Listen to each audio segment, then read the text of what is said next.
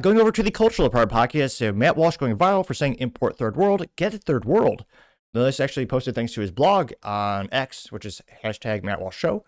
And he says, quote, "We need to protect our culture." Here's Matt Walsh in his log cabin-esque studio. His cliche flannel shirt right there. Let's see what he has to say. This is why we say import the third world, become the Sorry about that. X technical issues. This is why we say import the third world, become the third world. Because the thing that nobody wants to say is that the reason why third world countries are the way they are is because third world people are the way they are. Okay, at the end of the day, your country is a reflection of its people. Every country is, when it comes down to it. Somali is totally dysfunctional and corrupt because scam and frauds, piracy, this is part of the lifestyle, part of the culture. Bring it over here, you get the same stuff. Which is ridiculous. When you look at Minneapolis, Minnesota, it's a great, safe place to live. No corruption, no scams, no nothing. That's dark humor. It's a joke because, yeah, it turns out they laundered and stole over $50+ million. Where, again, the Somalian refugees came here, they would claim they'd have a certain number of family members. The government gave them a lot of handouts, and spoil it, they didn't have it. There's a lot of coordination for that big scam. That's one of many. And I don't think it's always true in terms of third world. Now, I'm a little biased because, well, my family came from the third world, debatably, Cuba, which, although I joke that my mom escaped Cuba to go to the one place on the planet worse than communism in Cuba when Fidel took over. Yes, you guessed it, Southside Detroit, which, yeah, is actually a much more dangerous, terrible place than the communist hellhole of Cuba. It's hard to say which one is worse in terms of on a day-to-day basis. But again, there's a difference, and again, it does happen every time. Back in the day, 60s to 70s, there's a lot more cultural assimilation. And a good example being, again, anecdotal, my family. You'll never see a Cuban with a Cuban flag in America. Partially because the country sucks. They escaped it for a reason. It's communist hellhole, no job, all the businesses left, government's evil, corrupt. And yeah, thank God we're in America. And I know what you're thinking. No, my family did not swim here. I actually came here on an airplane. One of the last ones that came out of the country. And it's an instance where, again, came to America, learned the language, learned the culture, learned the importance of the founding fathers, the whole bedrock of the founding of America, learned why America is the best country on the planet, learned English. Now, granted, the joke might, I'll beat the comments. Yes, they actually did learn English, and they speak 1,000 times better than myself.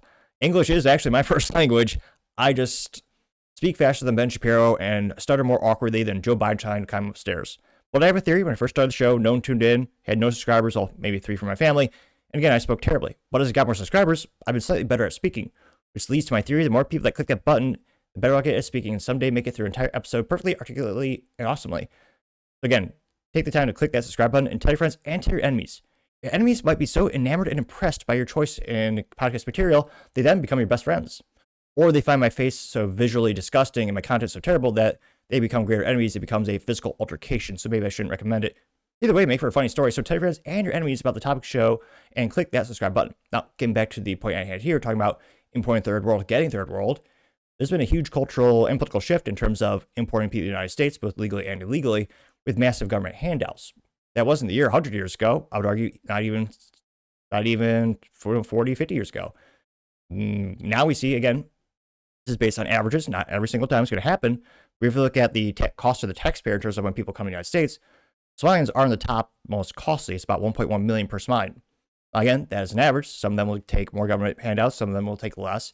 Some of them will actually, make a profit into the point where they're working and then they're giving tax money back to the United States. Again, that does happen as well. But in terms of, cultural decay, not assimilating to the culture of America, it's not just Somalians. Matt Walsh, he seems to very much focus on the Islamic community and the Somali community. There's also everyone in the world comes to the United States, some more often than others. You also have Chinese Americans, Indian Americans. So it's one of those things where I always tell folks, I don't really care where you come from, as long as you come here legally and you really learn what made America great. What is the culture of the United States, and become a contributing member of society. It's back in the day, that was the American dream. Again, we've seen a huge cultural shift where, again, a lot of people aren't learning the language. A lot of them are not assimilating.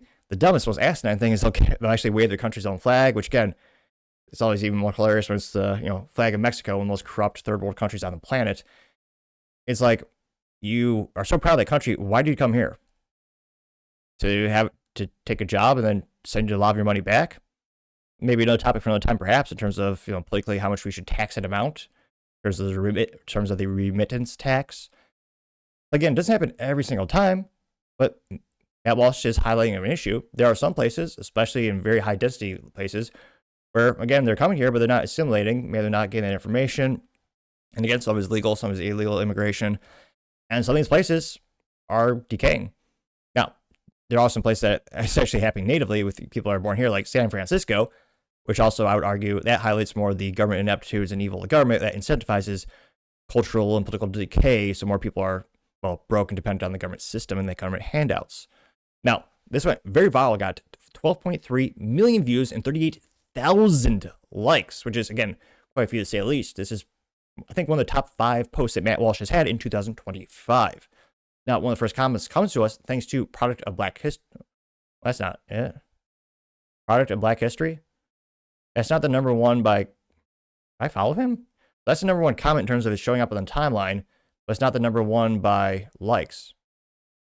It's a contrarian statement, though, so life gets a little bit boring when you're in an echo chamber, so I try to read as many opinions as possible. So he says, quote, scam, fraud, and piracy, Enron, WorldCom, Lehman Brothers, Theranos, Waste Management, Health South, Trump Foundation, Trump University, Bernie Madoff, Jordan Belfort, Ivan Boski, Airborne, LabClaws, Takeda, Purdue Pharma, T-Mobile, Comcast, AT&T, Johnson Johnson, Bank of America, just a few American companies and individuals that fit the Somali narrative.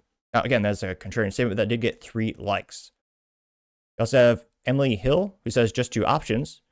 And she has a tweet from White Stag, who says, quote, white people have a simple choice to make. 1, be conquered, enslaved. Again, try to keep this moderately family friendly. So cover your kids' ears if you have children listening. Again, she says 1, conquered, be enslaved, raped, genocide while being called racist, or 2, reclaim our nations and our dignity while being called racist. That simple, gained 34 likes. She also has a quote from Joyce, who says, diversity isn't our strength. It lowers your wages, marginalizes your culture, increases your crime, fills your hospitals, occupies your housing, ruins your schools, consumes your taxes, tightens your laws, restricts your freedoms, endangers your children, and calls you racist. Gained 40 likes. Dr. Simon Goddick says, quote, I think actually this is the number one contrarian statement. Again, credit to just Dr. Simon Goddick, who says, quote, tell me, Matt Walsh, which country has produced the most pornography, trafficked the most children, started the most wars of aggression over the last couple decades? And most importantly, what does it tell us about our own country's culture? Gaining 2.7 thousand likes. Now, again, they're talking about governments in this case, which the U.S. government, a lot of bad Democrats, a lot of bad Republicans. I don't know. I think a majority, especially these days, I think a majority of Americans are against some of these, I would argue, pointless wars that we've had overseas. And the average American is very much the antithesis. They hate all those things. Well, I should take it back. Many Americans, especially California, where the industry is based, they're not. I guess many Americans do appreciate adult content, but in terms of hurting kids, I don't know anyone who agrees with that part. Now, again, he got 2.7 thousand likes. I wonder if he was ratioed. I Am What I Am says certainly not Brazil, getting 63 likes. America First says the United States, no question, is ran by evil people. Now which group now he says now which group within the United States perpetuates all these things, getting 10 likes. See here? Then half the comments are just saying the Jews. Lesnar says he's talking about society, not politicians, getting 33 likes. Studio Democrato says being from Brazil, what's your point? Getting 30 likes. Dan says which country does everyone want to migrate to? Getting 14 likes. Ed Kill says historically, the United States is nowhere near the top degenerate empires to ever exist. Nazi Germany, Britain, Spain, Maoist China, among others, take the cake. If you're comparing backwater countries to an empire, it's like an apple to oranges, getting 58 likes. Now going back to the main comment section, Tony Rigatoni. I thought it was a TV show guy. Yeah, isn't Tony Rigatoni? Is that the Sopranos guy? I don't know. Either way, he says, quote, we are still doing this thing where we are using stand-ins for racial designations. What race is first world persons? Getting 853 likes. Tess Electrician says, meanwhile, our current culture. It's Representative Randy Fine eating, well, it's gotta be AI, eating chicken? The yarmulke, getting 845 likes. Opposing Patton says, quote, that's anti-Semitic, getting 248 likes. Canatite says this thing was in charge of nuclear power, getting 18 likes, which, yeah, it was the cross-dresser employed by the Biden Harris administration who stole women's underwear from airports. Yeah, he was in charge of nuclear power. Let's see here. Someone by the name of that Nicker says you work for Ben Shapiro. They got 990 likes. Also have Real Human. I don't know, it's a little sus, as the youth might say, suspicious, because that takes too long to say, of course. Real Human, that's just what a computer would say. Nevertheless, this alleged Real Human says, quote, it's funny because years ago, you were calling us all white supremacists for saying this, getting 1,000 likes. Jay says, this is a very common racist theme. When people say what they think, they make a valid point, but it's all actually saying I'm racist. American culture is that of a melting pot. No one race has dibs on America. White culture was not the first culture here. They got 435 likes. The first comment, or one of the first comments to him is, you better have a better argument than your racist, game 25 likes. Tank says you're racist. Never was, never will be an argument. Gave 45 likes.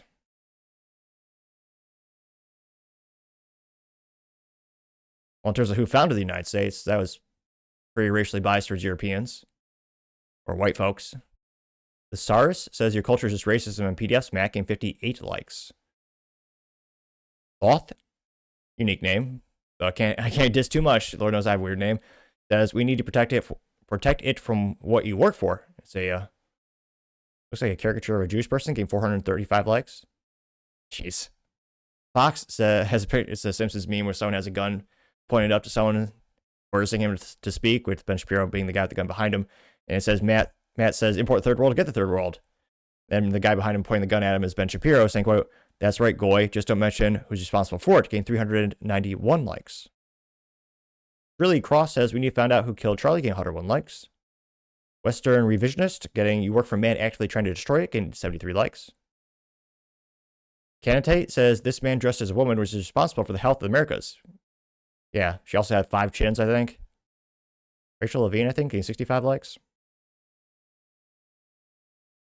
A lot of people have cartoons of Ben Shapiro treating Matt Walsh like a dog, getting about 800 likes.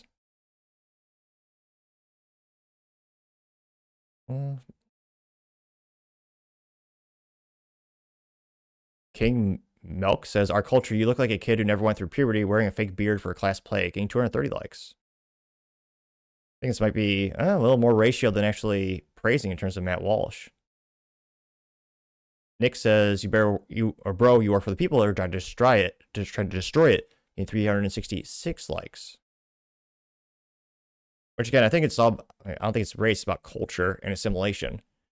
Again, a long time, again, as I said earlier, if everyone just, came to the United States and read the values of the founding fathers, what they believed in, what our country stood for, I think there'd be dramatically less conflict. And I think our country would be in a better place. But again, it's one of those things where even in the public school system, a lot of Americans are no longer understanding what is the United States, what made the United States exceptional and great. So it's interesting to see Matt Walsh get nearly, well, I'd say mostly ratioed in this, but again, most of them are critiquing him for still working from Ben Shapiro. Matt Walsh would make so much more of an impact in the world. I think he'd actually make more money if he were to quit the Daily Wire and go independent. He'd have a lot more freedom to what he wants to say, of course. It would be a little more work, obviously. He'd have to hire a producer or an audio engineer, a couple of folks to help him out. But again, he'd have a lot more flexibility. I think he'd be more well respected, and I think he'd be able to do more journalism that he agrees with. But let me know your thoughts, because as always, be fascinated to hear what you have to say. Thank you, everyone, for taking the time to tune in today. Again, try to get to 6,000 subscribers by the end of the month, so click that button. I greatly appreciate it. Also, give me a thumbs up, thumbs down, or comment. It's a great way to give me some additional feedback, letting me know how I can make the show better and better. Lastly, don't forget to take time to tell your family, tell your friends, tell your coworkers, heck, tell your enemies, to anyone, everyone. Just stay safe, fight the good fight.